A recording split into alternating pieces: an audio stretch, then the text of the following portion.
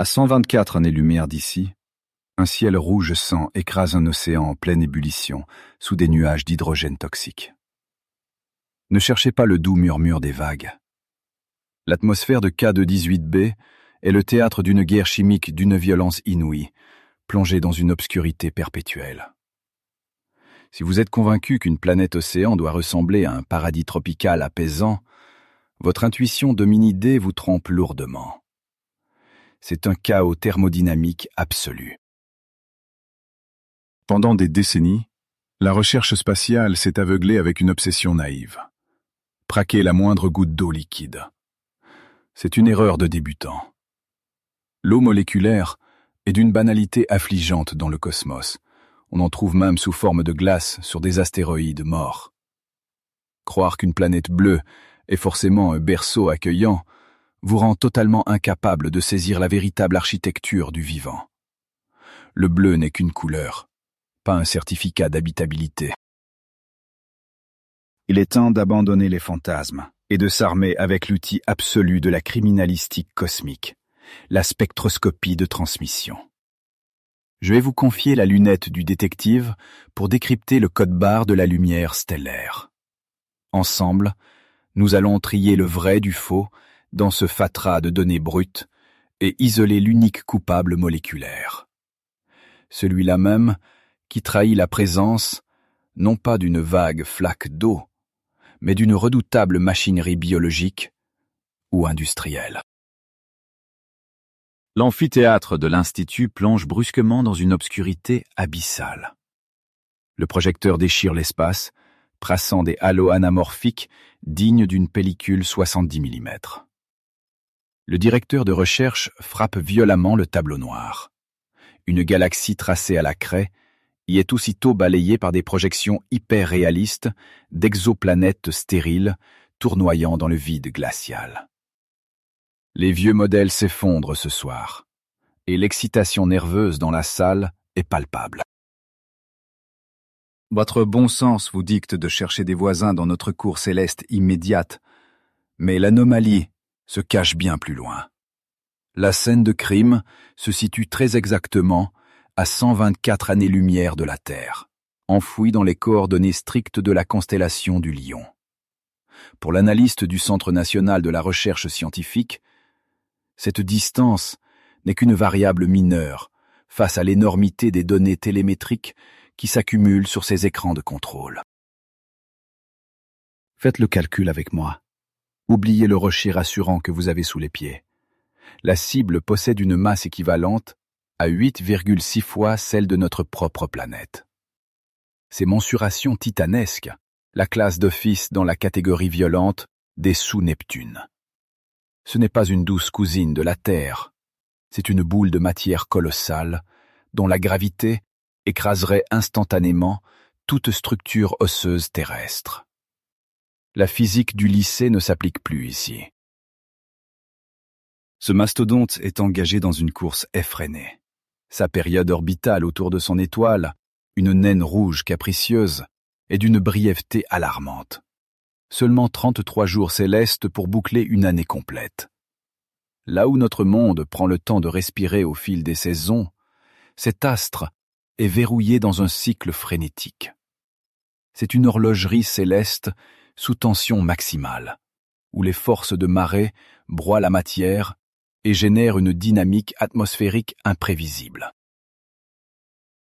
Et n'espérez surtout pas un lever de soleil romantique et doré à sa surface. L'étoile haute de ce système crache presque exclusivement son énergie dans le spectre infrarouge invisible. Elle baigne la planète d'un rayonnement létal, un bombardement de particules aux antipodes de la douce lumière solaire qui caresse nos rétines. Sous cette douche radioactive permanente, la moindre liaison chimique devrait être instantanément pulvérisée par l'implacable loi de l'entropie thermique. L'équation est donc parfaitement corrompue dès le départ. Nous avons un monde écrasé par sa propre masse, rôti par des éruptions stellaires invisibles et noyé sous un manteau de gaz asphyxiant. L'intuition classique crie au monde stérile, à l'impasse évolutive absolue. Pourtant, les spectres d'absorption reçus dans nos laboratoires de l'Hexagone racontent une histoire violemment discordante. Les données affichent une anomalie qui donne des sueurs froides aux statisticiens. Face au tableau noir, l'universitaire au visage creusé par la fatigue pointe du doigt une minuscule irrégularité sur la courbe de lumière. Ce n'est pas une simple erreur d'étalonnage. C'est un hurlement mathématique au milieu d'un silence radiogalactique. Un déséquilibre chimique si tenace qu'il viole délibérément les modèles de refroidissement thermique validés depuis des décennies. La nature, laissée à elle-même, déteste ce genre d'ordre moléculaire hautement improbable. L'anomalie n'est pas visuelle, elle est strictement matérielle. Un faisceau de photons voyage paisiblement pendant plus d'un siècle. Puis, il est soudainement amputé d'une fraction spécifique de son énergie en frôlant cette atmosphère maudite. Cette cicatrice dans la lumière, isolée avec une précision chirurgicale, est une aberration statistique. C'est la découverte d'une empreinte digitale ineffaçable sur la scène d'un crime parfait. Le scepticisme analytique règne en maître dans cet amphithéâtre. Personne ne veut y croire. Accepter cette lecture spectrale, c'est admettre que notre compréhension de l'habitabilité est non seulement incomplète, mais fondamentalement biaisée. L'univers ne fabrique pas ce niveau de complexité par hasard, sans qu'un moteur inconnu ne force les atomes à s'assembler contre leur gré. L'hypothèse de la roche mouillée et paisible vole purement et simplement en éclats ce soir. Ce n'est plus de l'astronomie d'observation passive, c'est une traque acharnée. Les ingénieurs du spatial n'ont pas conçu des miroirs recouverts d'or fin pour simplement cataloguer des boules de gaz sans intérêt. Chaque seconde d'observation coûte des fortunes et monopolise les cerveaux les plus affûtés d'Europe et du monde entier. Si la communauté scientifique a brusquement braqué toutes ses antennes vers cette région précise du ciel, ce n'est pas pour y admirer le paysage. Face à l'accumulation vertigineuse d'épreuves à charge, une question obsédante s'impose brutalement. Quelle aberration fondamentale, quelle violation intolérable des lois de la thermodynamique a bien pu forcer le télescope spatial le plus cher et le plus complexe de l'histoire humaine à suspendre ses programmes pour dévisager cette exoplanète précise. Le suspect est dans le viseur, et la lumière de son atmosphère est sur le point de passer aux aveux complets. La lumière stellaire qui frappe enfin nos détecteurs n'a rien d'une douce lueur astrale. C'est un rapport d'autopsie crypté. Dans la pénombre de la salle de contrôle toulousaine du Centre national d'études spatiales, les écrans de télémétrie crachent des flots de données brutes, illuminant les visages fatigués des analystes d'une lueur rouge sang. La cible physique, cette sous-Neptune suffocante, est physiquement hors de portée. Mais sa signature énergétique vient de s'écraser sur nos capteurs. Pour l'observateur rivé sur ces lignes de code, le défi est d'une arrogance absolue. Comment forcer un malheureux photon, qui a voyagé pendant plus d'un siècle dans le vide absolu, à cracher le morceau? Comment ce simple grain de lumière peut-il avouer la composition chimique exacte d'une atmosphère toxique qui n'a fait qu'effleurer une fraction de seconde avant de reprendre sa course folle vers notre système solaire? La réponse réside dans la mécanique impitoyable de l'absorption optique. La résolution de cette énigme repose entièrement sur un exploit d'ingénierie optique sans précédent. Le télescope spatial James Webb déploie dans l'obscurité glaciale un miroir primaire titanesque de 6,5 mètres de diamètre. Ce filet à papillons dorés n'est pas conçu pour capturer des images pittoresques, mais pour piéger des photons infrarouges d'une faiblesse pathétique. Des particules de lumière si peu énergétiques qu'elles échappent à toutes nos autres sentinelles orbitales. L'opérateur du spectromètre ne cherche pas à obtenir une photographie nette du suspect. C'est une perte de temps intolérable. Il traque une infime variation de luminosité, un signal exsangue, noyé dans le vacarme électromagnétique de l'univers. Lorsque les alvéoles de beryllium du miroir convergent vers l'objectif, elles agissent comme un entonnoir gravitationnel artificiel, concentrant chaque fragment de preuve lumineuse vers nos instruments d'analyse thermique avec une marge d'erreur infinitésimale. La procédure d'interrogatoire est brutale et porte le nom de spectroscopie de transmission. Nous attendons avec une précision clinique que l'exoplanète K2-18b commette l'imprudence de passer exactement entre son étoile naine rouge et notre ligne de visée. Durant ce transit céleste, une fraction de la violente lumière stellaire frôle la surface de la planète et se retrouve contrainte de traverser son épaisse enveloppe gazeuse. À cet instant, l'atmosphère de ce monde devient un filtre optique géant. Ce n'est pas un simple jeu d'ombre chinoise pour astronomes amateurs. En traversant ces strates de gaz denses et surchauffés, la lumière subit un véritable interrogatoire chimique de haute volée. Les molécules présentes dans l'atmosphère de la planète interceptent la lumière et en absorbent des parties précises. Sur mon écran de contrôle, le système affiche une chute d'intensité soudaine et calculée. Le faisceau lumineux nous parvient mutilé, amputé de longueurs d'onde bien spécifiques. Les lois de la mécanique quantique sont formelles et ne tolèrent aucune exception juridique. Chaque type de molécule gazeuse, qu'il s'agisse d'eau ou de méthane, vibre à une fréquence qui lui est strictement propre. Lorsqu'elle est percutée par la lumière, elle absorbe exclusivement l'énergie qui correspond à sa signature vibratoire. Sur le spectre de la télémétrie, cette absorption quantique se traduit par une empreinte noire indélébile, une entaille nette et irréfutable dans le signal lumineux. Cette séquence de lignes sombres constitue littéralement un code-barre chimique à l'échelle galactique. L'analyste du centre de contrôle ne devine rien. Il décode. En confrontant ces cicatrices spectrales aux bases de données de nos laboratoires terrestres, le coupable moléculaire est identifié avec une certitude mathématique absolue. Il n'y a plus de place pour les intuitions géologiques. Le prisme invisible du spectromètre vient de dénuder la planète, révélant ses poumons atmosphériques profonds. En 2023, les données brutes ont frappé les serveurs de l'agence avec la violence d'une onde de choc tectonique. Les instruments NIRIS et NIRSPEC, les yeux infrarouges les plus acérés de notre arsenal, ont rendu leur verdict final sur l'identité de l'enveloppe de K2-18b. Le spectre d'absorption ne montrait pas le profil apaisant d'une planète inerte ou d'un nuage de vapeur paisible. Il hurlait la présence simultanée et massive de dioxyde de carbone et de méthane moléculaire.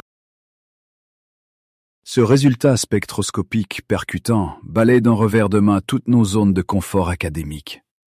L'abondance de ces gaz lourds certifie que nous avons affaire à un monde redoutablement riche en carbone. La télémétrie indique un environnement bouillant, sous une pression atmosphérique écrasante, où les éléments s'affrontent dans un chaudron thermodynamique impitoyable. Les courbes rouges et acérées décrivent une machinerie planétaire qui tourne à plein régime, sans aucun temps mort. La fatigue oculaire de mon équipe est instantanément oubliée face à ce niveau de précision criminelle. Obtenir un signal clair de méthane sur une sous-Neptune, située à plus de 100 années-lumière, est une prouesse technique inouïe. Mais y trouver simultanément du dioxyde de carbone en de telles proportions, c'est entrevoir la signature d'une anomalie systémique dévastatrice. Le bruit de fond chaotique du cosmos s'efface soudainement pour laisser place à un signal d'une clarté presque dérangeante. Si vous pensiez que l'astrophysique se limitait à la contemplation pacifique, détrompez-vous. Nous sommes entrés dans la médecine légale de très haute volée. Les courbes spectrales défilent à une vitesse folle sur mon interface, chaque creux validant le scénario d'une crise thermochimique. Ce monde d'hydrogène possède une chimie qui refuse l'équilibre. Les gaz détectés ici devraient logiquement s'annihiler mutuellement. Pourtant, l'instrumentation vous confirme leur insolente persistance locale. Cet équilibre forcé, cette survie impossible de gaz antagonistes qui devraient s'entretuer thermodynamiquement, trahit l'existence d'un processus extrêmement actif tapi sous l'épaisse couche nuageuse. Le code barre stellaire a commencé à livrer ses secrets, et ses premières révélations carbonées ne sont qu'un échauffement pour nos algorithmes. La spectroscopie fouille encore plus profondément dans l'infrarouge, à la recherche d'une asymétrie moléculaire bien plus toxique et controversée. La spectroscopie fouille encore plus profondément dans l'infrarouge, mais ce que nous cherchons maintenant dépasse le simple dioxyde de carbone. Ces gaz, bien que toxiques, restent des complices ordinaires de la mécanique cosmique. Nous traquons une aberration bien plus subtile, une signature moléculaire qui brise les règles du jeu. Le télescope spatial James Webb n'a pas seulement cartographié un enfer thermodynamique, il a isolé la pièce à conviction d'un crime impossible. Autour de vous, l'espace se réduit à une échelle claustrophobique. Plongé dans l'obscurité écrasante de l'atmosphère de cette sous-Neptune, là où des milliards de molécules se percutent avec la violence d'une combustion étouffée. Éclairées de l'intérieur par une lueur maladive, ces particules dansent une chorégraphie chaotique. Au milieu de ce maelstrom stérile, notre modèle mathématique isole un suspect totalement inattendu, suspendu dans le vide, avec une insolence troublante. Le coupable, isolé par nos algorithmes, n'a strictement rien à faire ici.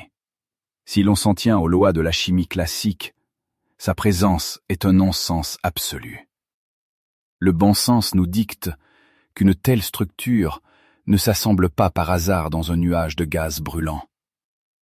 Nous parlons d'une molécule qui, sur notre propre planète, constitue une infraction flagrante à l'entropie naturelle.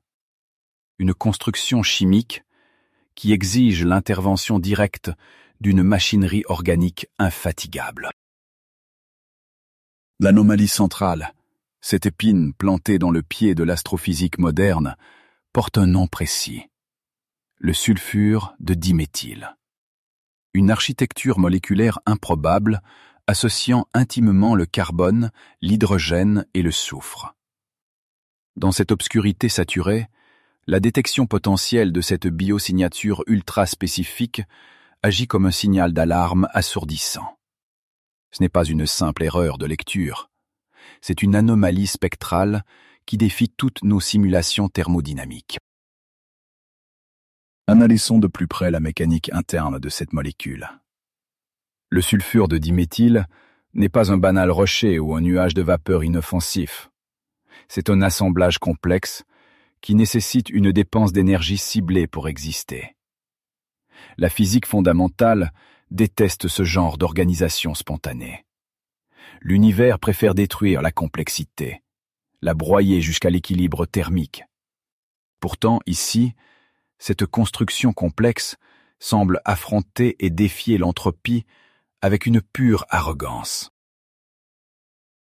Pour comprendre la gravité de cette découverte, il faut examiner la scène de crime originelle. Notre planète Terre. Ici-bas, cette molécule singulière et particulièrement odorante n'est jamais le fruit d'un volcanisme capricieux ou d'une foudre aveugle. Elle est synthétisée en quantités industrielles, jour après jour, de manière quasi exclusive par le phytoplancton marin. Ces micro-organismes marins sont les seules usines biologiques capables d'inonder notre atmosphère de ce gaz.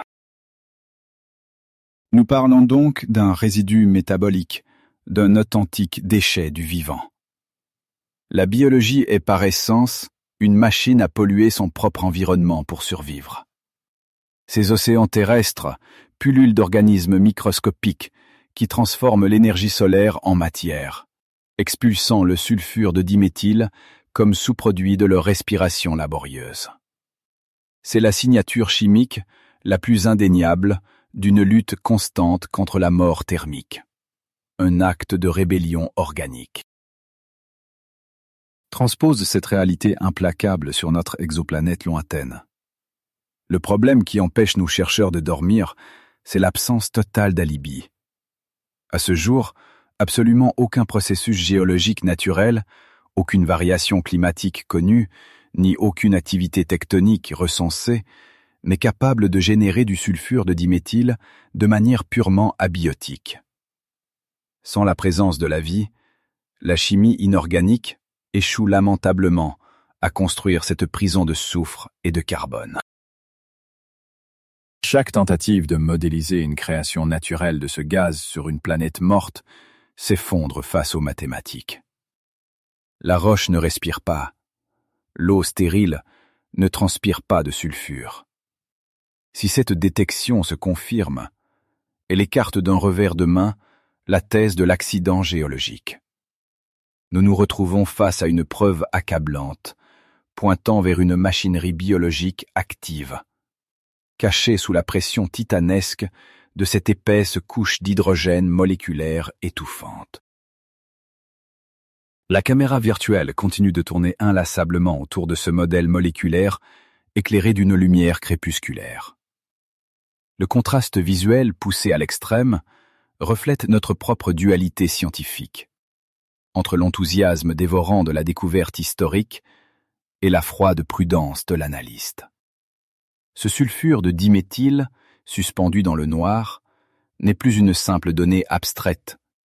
C'est l'indice matériel qui pourrait définitivement briser notre solitude existentielle terrifiante.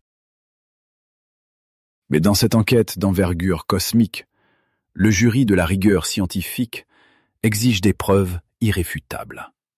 Le niveau de confiance statistique de cette détection préliminaire s'élève à 50%. C'est une marge d'erreur redoutable, un lancer de pièces qui interdit strictement toute conclusion hâtive. Dans notre domaine, clamer haut et fort la découverte d'une forme de vie sur la base d'une demi-certitude équivaudrait à un véritable suicide professionnel et académique. Un signal à 50%, c'est le pire cauchemar de l'analyste. Ce n'est ni un silence absolu, ni une confession claire.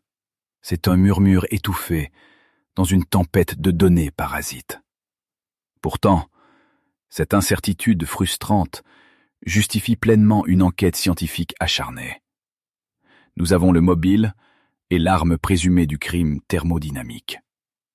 Il nous faut maintenant isoler complètement la scène, nettoyer le spectre lumineux et forcer l'univers à rendre verdict définitif. Cependant, avant d'invoquer une révolution biologique de cette ampleur, le protocole d'investigation nous impose une étape brutale. Nous devons absolument torturer les données et examiner la défense. Y a-t-il la moindre faille dans nos modèles? Sommes-nous les victimes d'une formidable illusion géochimique? Car si un immense océan bouillant se cache réellement sous cette enveloppe toxique, il pourrait posséder des mécanismes de tromperie que nous commençons tout juste à soupçonner. Nous sommes précisément bloqués sur cette marge d'erreur exaspérante de 50%. Avant de crier au miracle biologique, le rasoir d'Occam nous tranche la gorge. Nous avons l'obligation absolue d'épuiser toutes les explications inertes. En tant qu'analyste, je dois d'abord enfiler la robe de l'avocat du diable. Et si cette exoplanète n'était qu'une vulgaire usine chimique aveugle, capable d'imiter à la perfection le souffle d'une biosphère naissante? Plongeons virtuellement sous les nuages toxiques de K2-18b. Oubliez la surface paisible de nos océans terrestres. Ici, nous modélisons un magma sombre, dense et extraordinairement visqueux qui crépite en très haute résolution géométrique. L'ambiance thermochimique y est d'une lourdeur insoutenable. C'est un environnement étouffant, où la pression broie la matière. Un véritable chaudron planétaire qui se moque bien de notre quête de plancton extraterrestre. Les équations de masse et de densité pointent obstinément vers un modèle bien précis. La planète ICN. Derrière ce terme élégant se cache un monstre géophysique. Nous parlons d'un immense océan d'eau liquide global, écrasé sans pitié sous une atmosphère colossale d'hydrogène moléculaire. La pression exercée sur les abysses défie l'entendement. Dans ces conditions extrêmes, l'eau ne se comporte plus du tout comme le liquide familier de notre monde de surface. Au fond de cet abîme obscur, le plancher océanique est fracturé par une violence tectonique perpétuelle. À travers les yeux du spectromètre, nous cherchons les signatures de gigantesques cheminées hydrothermales virtuelles. Elles vomiraient des minéraux noirs directement dans les courants bouillants. C'est ici, dans l'obscurité totale et loin de toute lumière stellaire, que la roche brûlante et l'eau hypercritique s'affrontent dans un balai chimique d'une brutalité inouïe. Ce réseau hydrothermal représente le coupable idéal pour notre alibi géologique. Ces réactions sous-marines se déclenchent à des pressions colossales, là où l'eau devrait normalement se solidifier. Sous ces contraintes titanesques, les températures dépassent allègrement les 200 degrés Celsius, sans que l'eau n'entre en ébullition. C'est une forge titanesque. Et cette forge possède une propriété troublante. Elle est parfaitement capable de synthétiser des molécules organiques. Le processus porte un nom redoutable en géochimie, la serpentinisation. C'est une altération extrêmement violente où l'eau sous pression attaque les roches silicatées du manteau planétaire. Cette réaction exothermique déchire les molécules d'eau et s'empare de l'hydrogène pour forger de nouvelles liaisons. Le résultat est implacable. Ce mécanisme géologique est capable de relâcher du méthane en très grande quantité, de façon purement abiotique, sans la moindre trace de vie.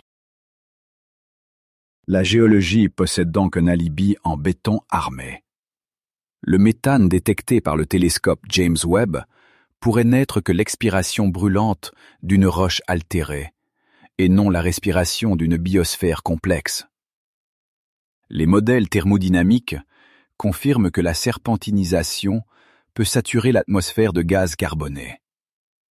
Pendant un court instant, dans le bruit continu des serveurs de refroidissement à Toulouse, l'hypothèse de la vie semble s'évaporer face à la rationalité minérale. Sauf que le bon sens est souvent le pire ennemi du chercheur en astrophysique. Les mathématiques refusent obstinément de s'aligner sur cette explication rassurante. Si ce monde n'est qu'une grosse bille de roche en pleine digestion hydrothermale, son atmosphère devrait logiquement déborder d'autres sous-produits chimiques prévisibles. Le profil spectral devrait afficher une corrélation parfaite avec les gaz expulsés par le volcanisme abyssal. Mais l'univers déteste la simplicité. L'analyse approfondie des spectres infrarouges révèle un vide absolu. Nous trouvons bien le méthane en abondance, mais nous faisons face à un manque dramatique d'ammoniac. C'est une contradiction thermodynamique majeure qui fait exploser notre beau modèle de la planète morte. Dans un océan chaud et riche en hydrogène, l'azote atmosphérique aurait dû être massivement converti en ammoniac par les mêmes cheminées hydrothermales. Ce gaz devrait saturer nos données télémétriques. Pourtant, l'ammoniac brille par son absence. Et cela, la géologie échoue mathématiquement à l'expliquer. C'est exactement comme découvrir un gigantesque incendie de forêt, mais sans y trouver la moindre trace de cendre. La serpentinisation ne peut pas trier les molécules sur le volet. Elle retrache un cocktail dont les proportions sont fixées par la chimie. Ce déficit structurel prouve qu'un mécanisme inconnu et redoutable est en train de consommer l'azote de cette exoplanète. L'alibi géologique s'effondre pitoyablement sous le poids de ses propres incohérences thermiques. Le rasoir d'Occam, censé nous protéger des théories extravagantes, se retourne soudainement contre la thèse de la planète inerte. Maintenir un océan saturé de méthane, tout en purgeant l'ammoniac, nécessite un effort titanesque. Un pompage énergétique qui viole l'équilibre chimique naturel. La roche stupide et l'eau bouillante sont incapables de réaliser un tel tour de force. Nous voilà dos au mur, forcés par les spectres d'abandonner le confort intellectuel d'un monde géologique standard. La lumière stellaire nous hurle qu'une intervention active manipule l'atmosphère de K2-18b de manière délibérée.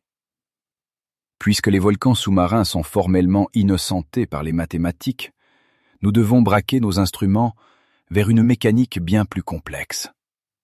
Quelque chose, caché sous cet océan, altère la chimie planétaire avec une précision chirurgicale. Si la nature géologique pure est hors de cause, l'équation spectrale devient soudainement vertigineuse. Nous pensions traquer de simples bactéries anaérobies, un phytoplancton primitif luttant pour sa survie dans une soupe sombre. Mais l'ampleur de cette anomalie atmosphérique suggère une toute autre échelle d'ingénierie chimique. Et si ce que nous observons n'était pas la douce chimie d'une vie naissante, mais les rejets aveugles d'une machinerie planétaire radicalement différente? Cette machinerie aveugle dont nous venons de constater l'existence dans les données spectrales nous pousse vers un territoire profondément inconfortable. Puisque la roche stupide et l'eau bouillante sont innocentées et que la biologie primitive peine à justifier un tel chaos thermodynamique, nous devons changer notre fusil d'épaule. Quitter la surface océanique, plonger avec moi dans les ténèbres perpétuelles d'une hypothèse que la communauté scientifique chuchote à peine. Notre obsession pour la petite bactérie inoffensive nous rend aveugles. Regardez cette métropole étouffante qui se dessine sous les nuages acides, éclairée uniquement par le crachat verdâtre de complexes industriels titanesques. C'est brutal, n'est-ce pas? La caméra tremble devant cette horreur géométrique. Pourquoi s'acharner à chercher les flatulences d'un plancton chétif quand nous pourrions traquer le smog toxique d'une civilisation entière? L'erreur fondamentale de notre pensée humaine est de confondre l'habitabilité avec un paradis pastoral. Le bon sens nous ment en permanence. Si une planète abrite une forme d'intelligence avancée, elle ne sentira pas la chlorophylle et la brise marine. Elle puera l'industrie lourde. C'est ici qu'intervient le concept glaçant de technosignature. Ce n'est plus de la simple chimie organique, c'est de l'ingénierie chimique artificielle, déployée à l'échelle d'un astre entier. Ces technosignatures sont les empreintes digitales incontestables du crime industriel. Ce sont des marqueurs atmosphériques d'une complexité telle qu'il est absolument impossible de les produire sans une intention délibérée. L'univers ne forge pas d'alliages complexes ou de gaz de synthèse par accident au fond d'un cratère volcanique. Trouver ces molécules, c'est comme découvrir une montre suisse au milieu d'un désert de sable vierge. La preuve absolue d'un artisan. Dans notre enquête céleste, nous avons un suspect idéal. Un coupable parfait, dont le profil thermique correspond exactement à ce que nos télescopes traquent. Je parle des chlorofluorocarbures. Oui, les fameux gaz réfrigérants et propulseurs que notre propre espèce a massivement rejetés dans l'atmosphère terrestre au siècle dernier. Sur le spectre de la lumière infrarouge, ces polluants synthétiques se comportent comme d'immenses gyrophares hurlant dans la nuit cosmique. Ces molécules possèdent une architecture tellement artificielle que leur signature spectrale est d'une puissance extraordinaire. Lorsqu'un rayon de lumière stellaire frappe un chlorofluorocarbure, l'absorption de chaleur est immédiate et violente. Le code barre, laissé sur les données du télescope James Webb, serait net, profond et totalement indéniable. Aucun volcanisme, aucune faille tectonique ne pourrait jamais falsifier une telle preuve thermochimique. Les usines qui crachent ces gaz fluorescents dans notre simulation visuelle ne sont pas là pour faire joli. Elles représentent une violation préméditée des lois de l'entropie. En cherchant de l'eau, nous cherchions un berceau pacifique. En cherchant ces polluants synthétiques, nous cherchons une machine qui surchauffe. La pollution n'est pas un accident tragique de l'évolution intelligente. C'est son empreinte thermochimique la plus bruyante et la plus arrogante. Mais l'horreur de cette piste criminelle réside dans sa persistance glaçante. La durée de vie de ces polluants synthétiques dans la haute atmosphère planétaire dépasse l'entendement. Ces gaz peuvent survivre jusqu'à 50 000 ans avant d'être finalement détruits par les radiations stellaires. C'est une fenêtre de détection d'une ampleur terrifiante. 50 millénaires d'inertie chimique qui flottent au-dessus d'un monde potentiellement silencieux. Réfléchissez une seconde à cette temporalité vertigineuse. Nous pourrions capter le signal net et incontestable d'une activité industrielle foisonnante, alors même que la civilisation qui l'a engendrée s'est éteinte depuis des dizaines de millénaires. Les chlorofluorocarbures deviendraient ainsi les fantômes toxiques d'une espèce disparue. Le télescope spatial ne photographierait pas une cité florissante, mais la pierre tombale chimique d'une mégalopole asphyxiée. Le paradoxe est insoutenable pour l'esprit humain. Nous espérons tous secrètement capter un signal radio-mathématique, une symphonie ordonnée prouvant notre communion avec les étoiles. Mais la thermodynamique est cruelle. Le premier véritable signal extraterrestre que nous isolerons dans ce bruit de fond stellaire sera très probablement une alarme incendie. La trace irréfutable que quelqu'un, quelque part, a transformé son monde en une colossale usine toxique. Si cette perspective terrifiante bouleverse vos certitudes sur notre place dans le cosmos, soutenez cette enquête en laissant un like. Pour ne rien manquer de nos prochaines analyses spectrales, abonnez-vous à la chaîne immédiatement. Et dites-moi dans les commentaires si vous pensez que nous sommes nous-mêmes en train de tracer cette même signature mortelle dans notre propre atmosphère terrestre. Votre avis sur cette anomalie est vital pour la suite de nos travaux. Notre enquête vient de subir une mutation radicale. Nous sommes passés de la recherche d'une biologie timide, cachée dans un océan lointain, à la traque d'ingénieurs démiurges manipulant délibérément la chimie de leur planète. La simple idée que l'atmosphère de cette sous-Neptune puisse cacher un tel complexe industriel bouleverse toutes les équations de l'astrophysique moderne. L'innocence géologique est définitivement perdue, remplacée par la froideté brutale d'une potentielle industrie. Pourtant, qu'il s'agisse d'une boue bactérienne recrachant du méthane ou d'une mégalopole d'acier saturée de réfrigérants toxiques, les deux scénarios partagent une vulnérabilité commune. Une faille fondamentale qui va nous permettre de les piéger. Car aucune forme de vie, aussi primitive ou technologiquement avancée soit-elle, ne peut échapper au tribunal absolu de l'univers. Pour survivre, il faut tricher avec les règles thermiques. Et c'est exactement ce que nous allons prouver. La lumière zénithale de l'amphithéâtre de l'Institut d'astrophysique frappe l'estrade avec une brutalité presque clinique. Dans cette poussière crayeuse qui danse sous les projecteurs, nous ne cherchons plus des petits hommes verts. Nous traquons des tricheurs thermodynamiques. Que nous soyons face à une soupe bactérienne nauséabonde ou à une mégalopole d'acier saturé de réfrigérants toxiques, la faille reste exactement la même. Il faut affronter le tribunal absolu de l'univers. Le bon sens nous manque constamment à ce sujet. Nous avons tendance à séparer le vivant du mécanique, la biologie de la technologie, comme s'il s'agissait de magie totalement distincte. C'est une erreur de débutant. Je dessine cette simple balance trébuchante sur le tableau noir pour vous montrer l'unique vérité mathématique qui compte. La seule différence entre une bactérie qui respire et une usine géante qui fume, c'est l'échelle de leur machinerie face à l'équilibre. L'univers déteste la complexité avec une passion aveugle, irrationnelle et strictement mathématique. C'est le principe fondamental de l'entropie, une loi d'airain qui dicte que tout système isolé tend inexorablement vers le repos thermique absolu. Laissez une tasse de café brûlante sur un bureau, elle finira obligatoirement par refroidir pour atteindre la température de la pièce.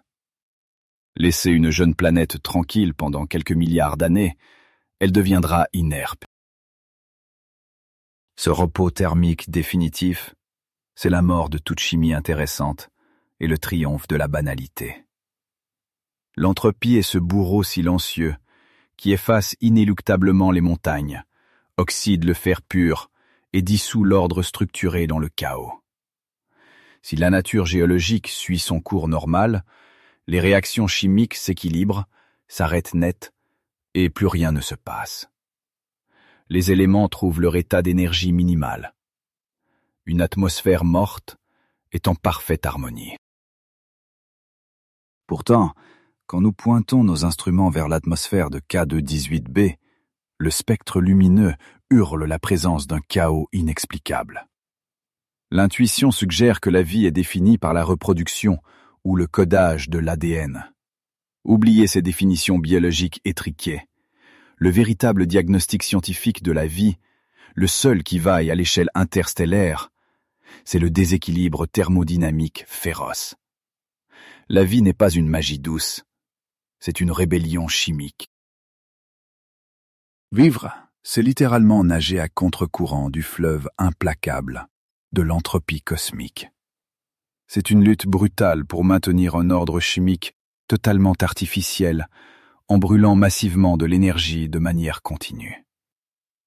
Si vous arrêtez de manger, de respirer, d'alimenter votre métabolisme interne, l'entropie gagne instantanément la partie et vous retournez à la poussière équilibrée.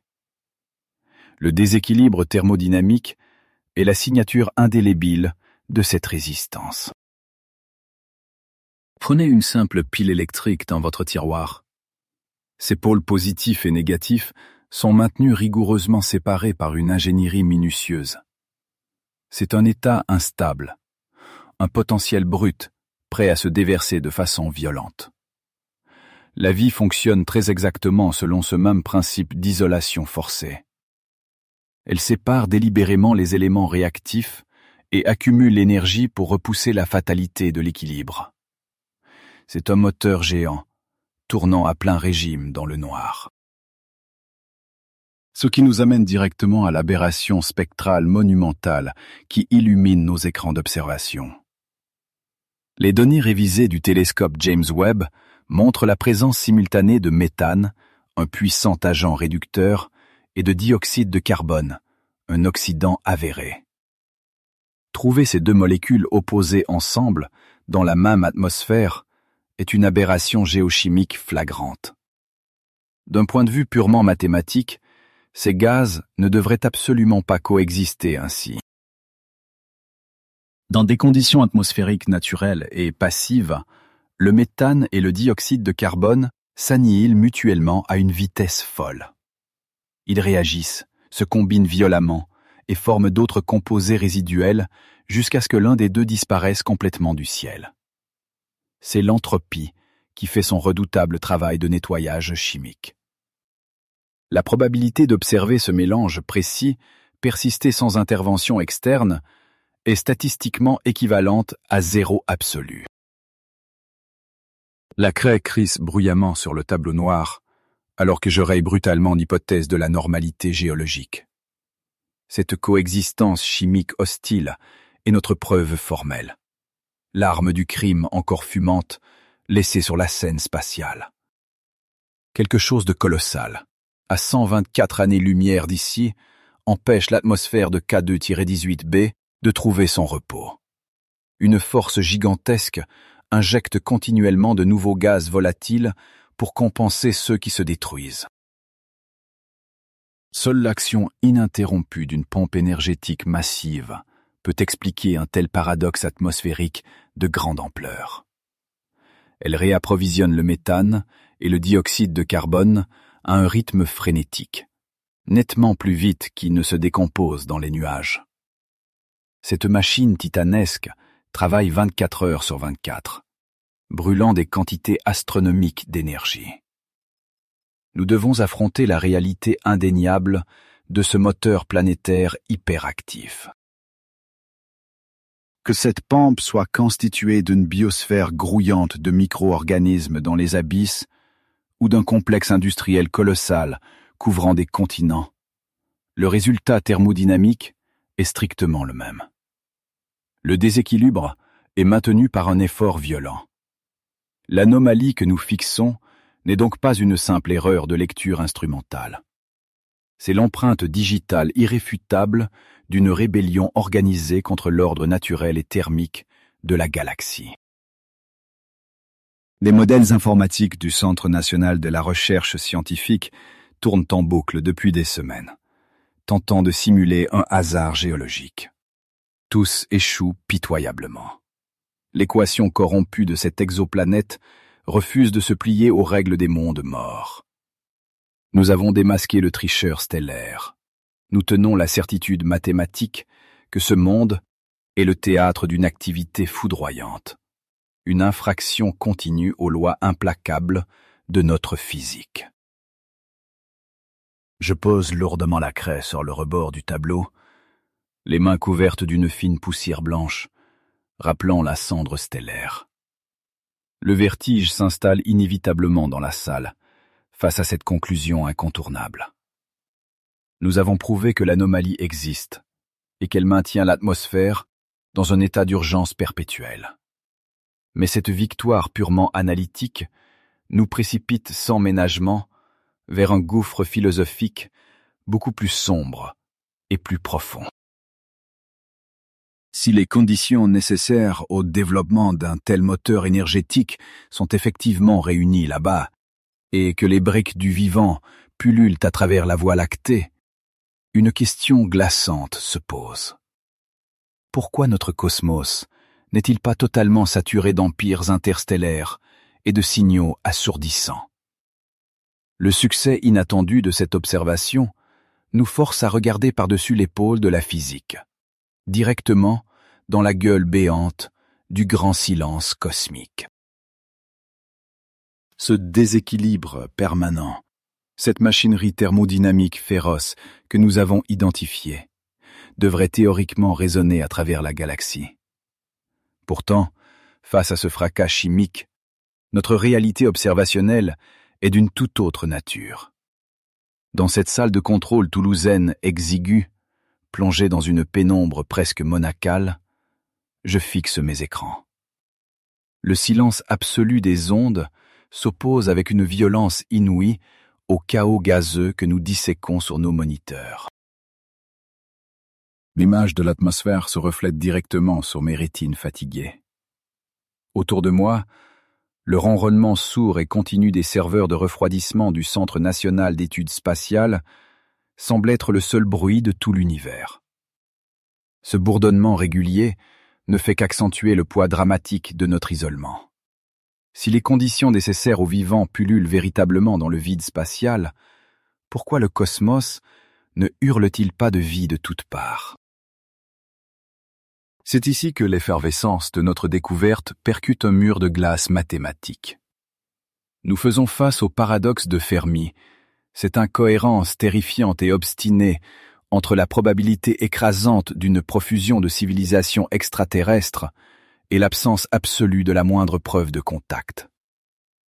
Les équations nous assurent que la Voie lactée devrait grouiller de sondes automatiques et de signaux radioélectriques.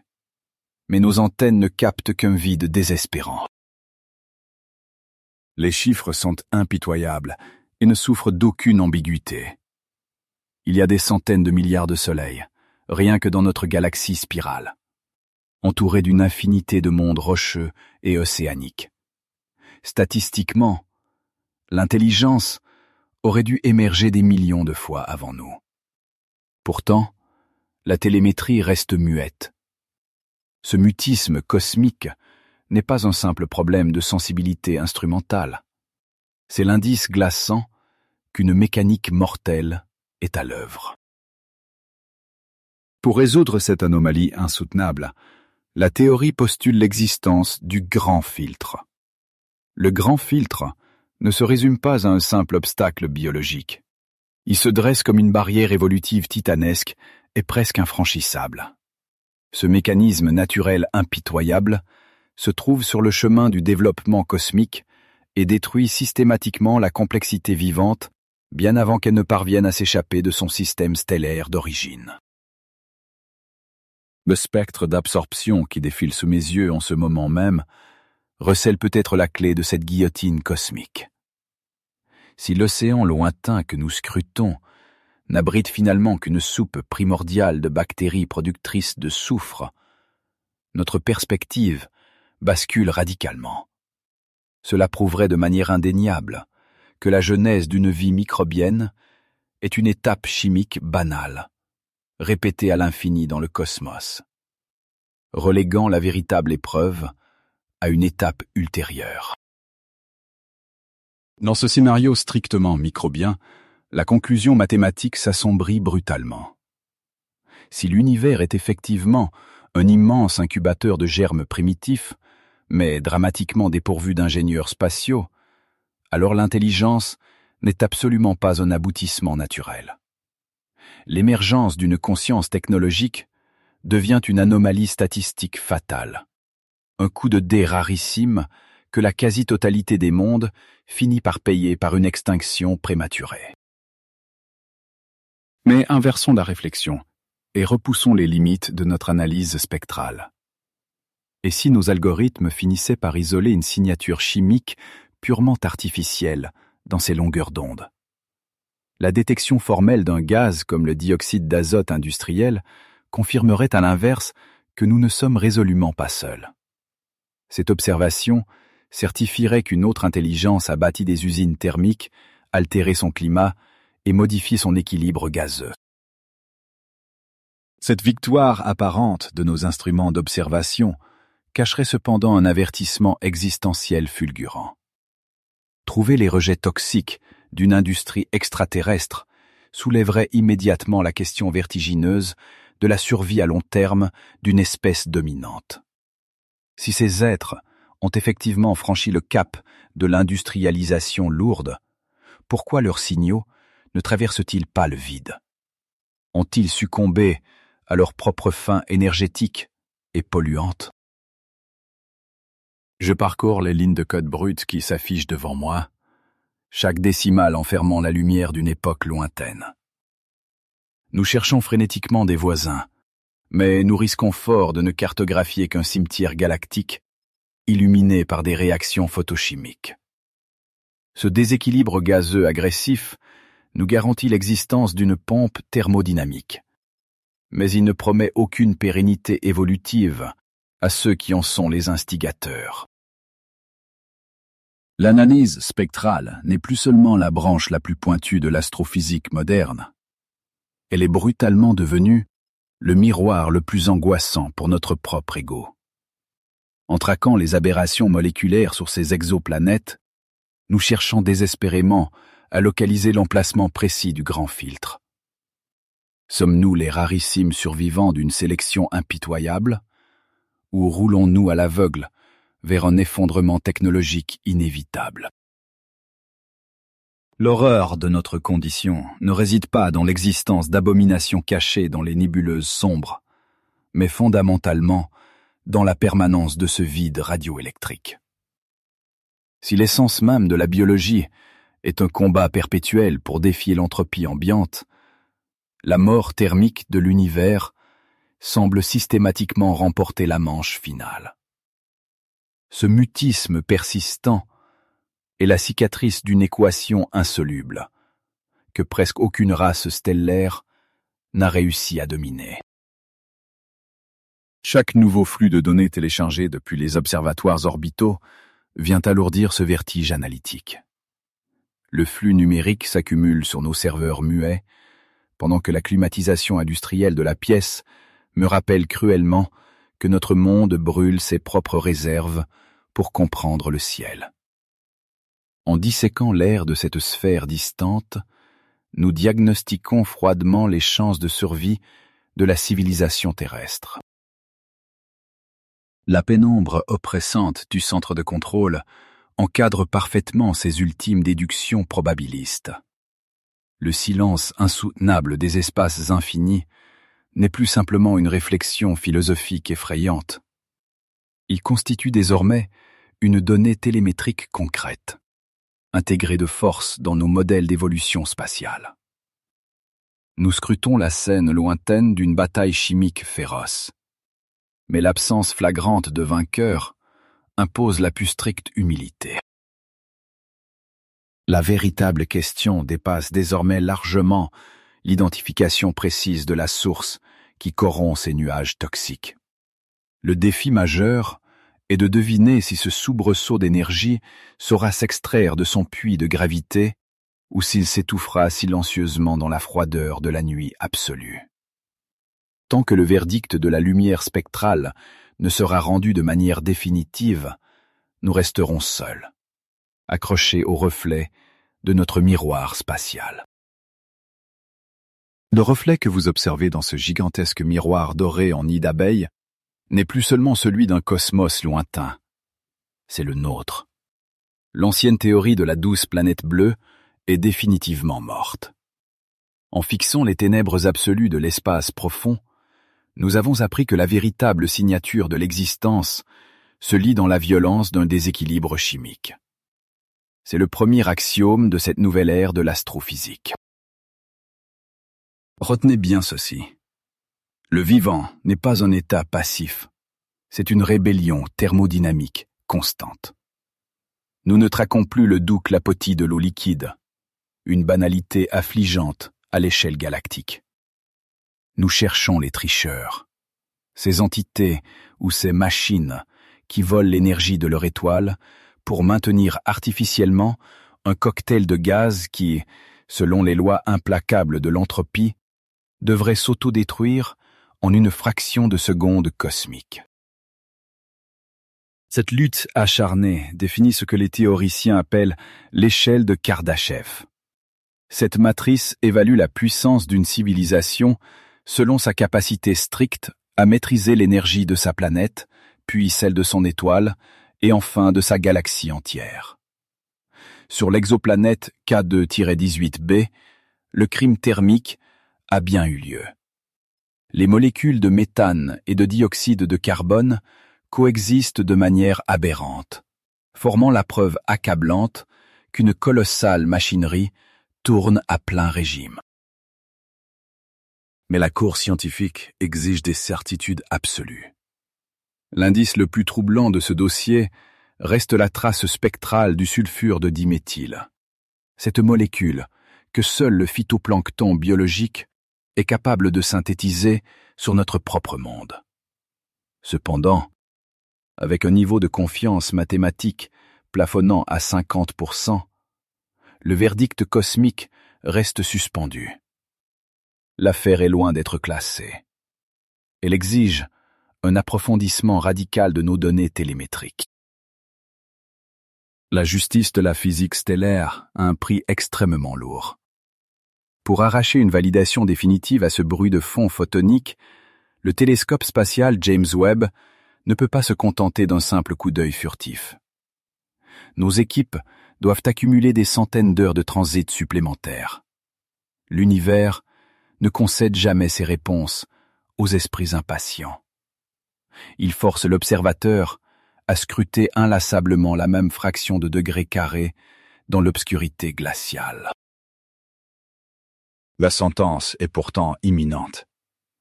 D'ici la fin de cette année 2026, les résultats définitifs de l'instrument MIRI tomberont sur nos terminaux. Sensible aux longueurs d'onde moyennes de l'infrarouge, ce capteur va trancher cette énigme thermochimique sans la moindre ambiguïté. Il lira la chaleur résiduelle de cette atmosphère toxique avec une netteté clinique. Et nous saurons enfin si ce monde abrite une usine biologique ou un cimetière technologique. Mon rôle d'analyste s'achève ici, car les équations ne dictent pas comment survivre à la réponse.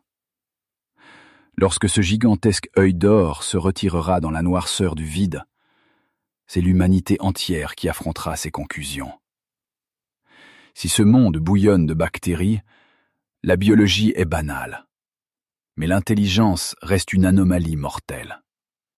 S'il s'agit d'une industrie polluante, notre propre effondrement cosmique n'est plus une simple théorie. Nous avons longtemps cru que la science nous affranchirait de l'angoisse en nous offrant la maîtrise absolue de notre environnement. C'était une erreur de perspective fondamentale. L'astrophysique de précision ne nous rassure pas, elle quantifie méthodiquement notre isolement. La véritable leçon de ce monde n'est pas chimique, elle est existentielle. Nous mesurons l'espace qui nous sépare du silence définitif en analysant les cendres toxiques des planètes qui ont tenté de survivre avant nous. Il n'y a aucun mysticisme dans cette démarche, seulement la rigueur froide de la probabilité et de la thermodynamique. La vie est un crime contre le repos éternel de la matière, et chaque civilisation laisse obligatoirement ses empreintes sur la scène cosmique. Le grand filtre, dont nous parlions, n'est pas un monstre tapi dans l'ombre stellaire, c'est une équation de la mécanique des fluides, un mur d'entropie massif que toutes les espèces tentent vainement d'escalader au fil des millénaires.